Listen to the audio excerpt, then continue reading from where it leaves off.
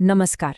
आज हम multiple myeloma को समझने की एक कोशिश करने वाले हैं, वो भी बिल्कुल आसान भाषा में।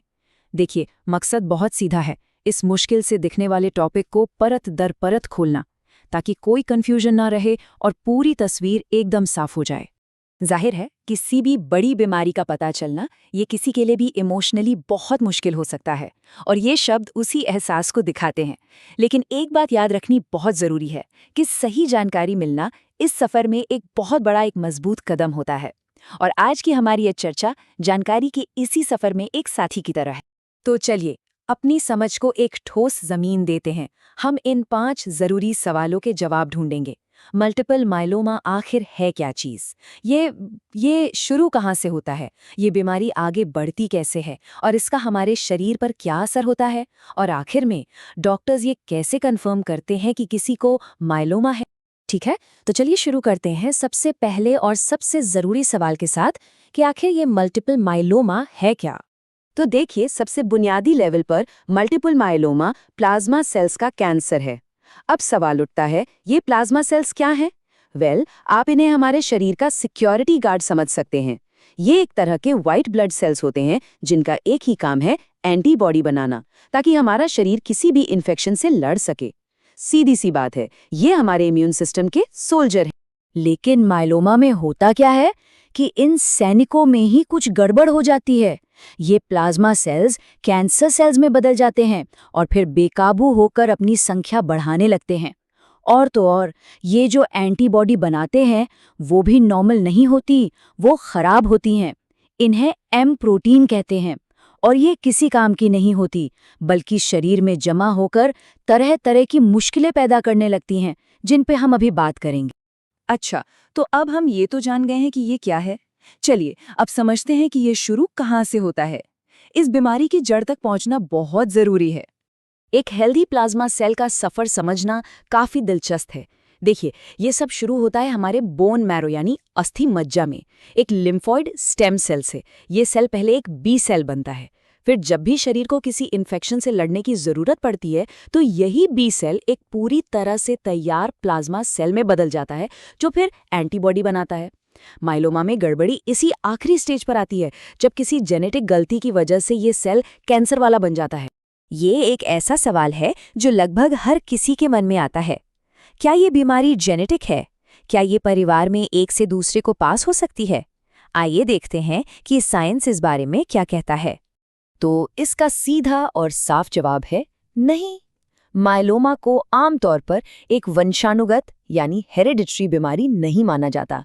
हाँ, ये हो सकता है कि अगर परिवार में किसी को ये बीमारी रही हो तो रिस्क थोड़ा सा बढ़ जाए, लेकिन ऐसा होना बहुत ही रेयर है।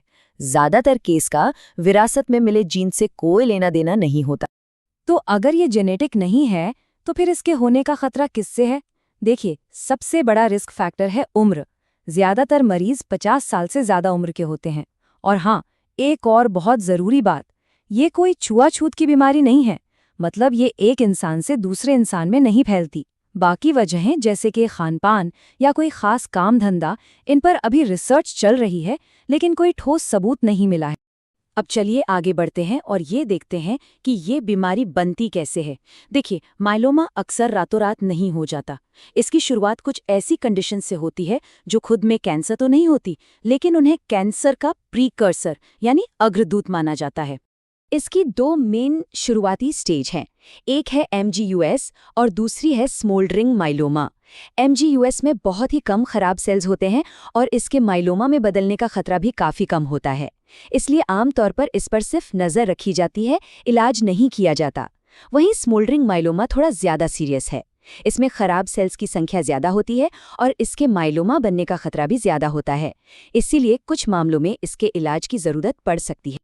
आपको ये जानकर शायद थोड़ी हैरानी होगी कि ये जो MGUS है वो असल में कितना कॉमन है।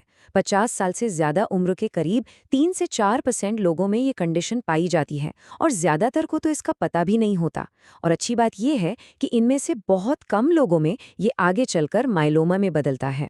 चले अब समझते हैं कि जब माइलोमा सेल्स बोन मैरो में जमा होने लगते हैं तो इसका हमारे शरीर पर असल में क्या असर पड़ता है, इसके लक्षण क्या होते हैं। सबसे पहला असर दिखता है खून और किडनी पर। होता ये है कि ये कैंसर सेल्स इतनी ज्यादा जगह घेर लेते हैं कि खून बनाने वाले नॉर्मल सेल्स के लिए जगह ही नहीं बचती। इससे रेड ब्लड सेल्स कम हो जाते हैं, जिसे अनीमिया कहते हैं, और इसी की वजह से कमजोरी और थकान महसूस होती है। साथ ही इन्फेक्शन से लड़ने वाले अच्छे सेल्स भी कम हो जाते हैं, और वो जो बेकार एम प्रोटीन बन रहा था वो हमारी किडनी को भी डैमेज कर सकता है। मायलोमा का हड्डियों पर भी बहुत गहरा असर होता है। ये हड्डियों के बनने और टूटने के नेचुरल बैलेंस को बिगाड़ देता है। नतीजा, हड्डियां कमजोर हो जाती हैं और आसानी से टूट सकती हैं। और जब हड्डियां टूटती हैं तो उनसे कैल्शियम निकलकर खून में मिल जाता है। जब खून में कैल्शियम ज्यादा हो जाता है तो बहुत ज्यादा प्यास लगना, जी मिचलाना और कंफ्यूजन जैसी दिक्कतें होने लगती हैं। तो इन सब लक्षणों और प्रभावों के बीच एक डॉक्टर ये कैसे तय करता है कि किसी को मल्टीपल माइलोमा ही है? इसके लिए वो कुछ खास पहले से तय किए हुए मेडिकल क्राइटेरिया का इस्तेमाल करते हैं। किसी मरीज में माइलोमा को कंफर्म करने के लिए 2 चीजें देखनी जरूरी होती हैं। पहली चीज, बोन मैरो में खराब प्लाज्मा सेल्स का होना, और दूसरी चीज, कम से कम एक माइलोमा डिफाइनिंग इवेंट का होना।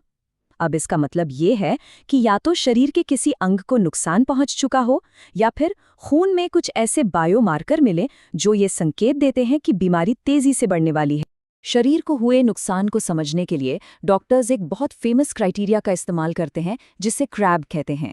ये एक शॉर्ट फॉर्म है। सी का मतलब है कैल्शियम का लेवल बढ़ना, आर का मतलब है रीनल यानी गुर्दे की समस्या, ए का मतलब है अनीमिया यानी खून की कमी, और बी का मतलब है बोन यानी हड्डी की बीमारी, जिसमें हड्डियों में कमजोर धब्बे बन जाते हैं। अगर इनमें से एक भी चीज मौजूद हो तो ये माइलोमा का एक बड़ा संकेत हो सकता है। क्रैब के अलावा कुछ बायोमार्कर भी हैं जिन्हें स्लिम कहा जाता है। अगर ये मौजूद हों तो क्रैब वाले लक्षण न होने पर भी मायोलोमा का निदान किया जा सकता है। स्लिम भी एक शॉर्ट फॉर्म है। एस का मतलब है बोन मैरो में 60% या उससे ज्यादा प्लाज्मा सेल्स का होना। एल का मतलब है खून में लाइट चेन नाम के प्रोटीन का अनुपात बहुत ज्यादा होना, और एम का मतलब है एमआरआई स्कैन में हड्डियों में एक से ज्यादा घाव दिखना। ये सभी इस बात के संकेत हैं कि बीमारी गंभीर है। तो हमने माइलोमा क्या है से लेकर इसके निदान के तरीकों तक का एक लंबा सफर तय किया है, लेकिन इन सबसे जो सबसे जरूरी बात निकल कर आती है वो क्या है? वो ये है कि जब हम किसी चीज को समझ लेते हैं ना, तो उसका डर थोड़ा कम हो जाता है। सही और साफ जानकारी चिंता को कम करके आगे का रास्ता दिखने में मदद करती है। और यही तो सबसे बड़ी ताकत है, ज्ञान।